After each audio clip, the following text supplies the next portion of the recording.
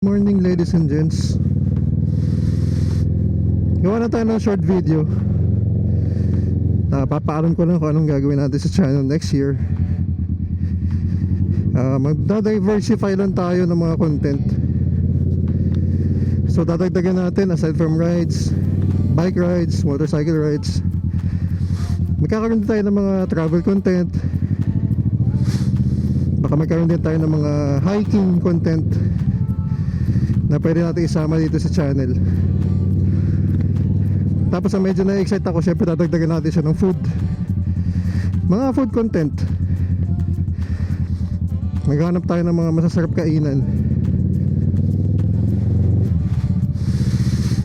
around the metro lang naman muna, o kaya yung mga probinsya na pupuntahan natin.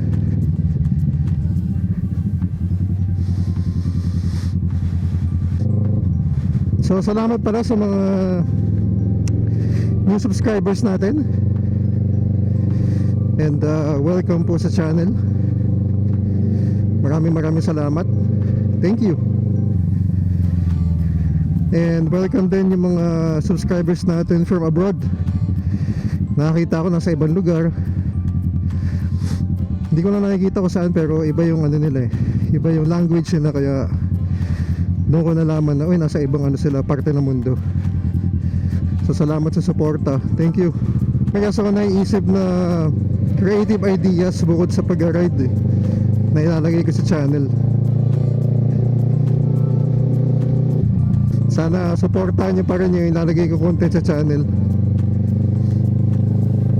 Kaya naman inaano ko na din nire-record ko na din yung mga kain-kain sa labas, travel ng konti. So isasama ko na rin sa channel. Sayang din naman.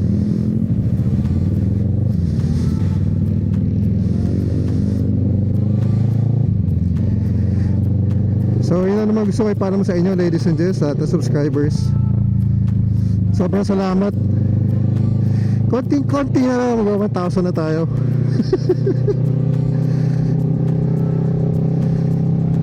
Hindi ako titigil sa pag-upload